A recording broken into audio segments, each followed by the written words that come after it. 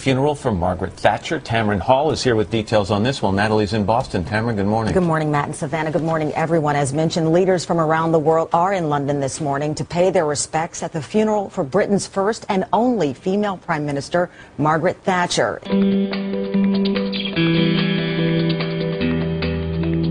The funeral of Margaret Thatcher is taking place at London St Paul's Cathedral.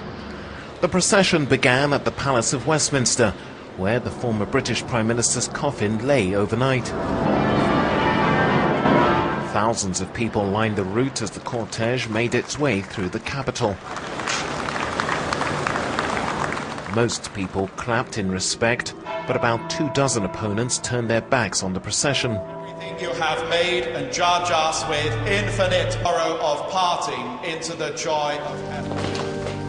Honoured with a gun salute from the Tower of London every minute and the silencing of the Big Ben bell, British soldiers played Beethoven, Mendelssohn and Chopin to accompany the grandest funeral for a British politician since that of Thatcher's hero Winston Churchill in 1965.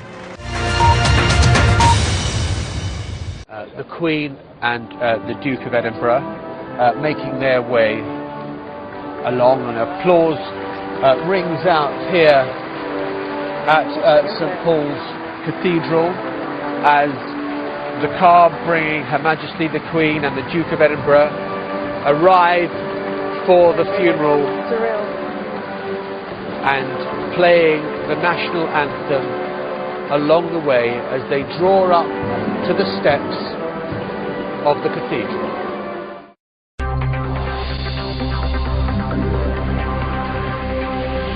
We're about a couple of 100 metres down from where you are at St Paul's Cathedral, the bottom of Ludgate Hill at Ludgate Circus. It is a particular area of concern for the police trying to police this area, because there are a number of roads intersecting this particular point, but it is a point agreed with the organisers where protesters would gather. Protesters here now, I'd probably say about 50 or so, but the number of protesters likely to swell in the coming minutes. Let's talk to one of those protesters, Rebecca Lush-Bloom. Now, you have organised what is going to be a protest of turning your backs on the funeral procession. Tell us about that, why you've decided to do this. Last week I was just getting more and more angry that taxpayers' money is going to be used to venerate a politician who is as controversial, deeply controversial and divisive as Margaret Thatcher. Margaret Thatcher was no Winston Churchill. Winston Churchill united this country when we needed it. Margaret Thatcher brought division, enormous division. She made the rich richer and she made the poor poorer, and we had the highest level of unemployment under Margaret Thatcher.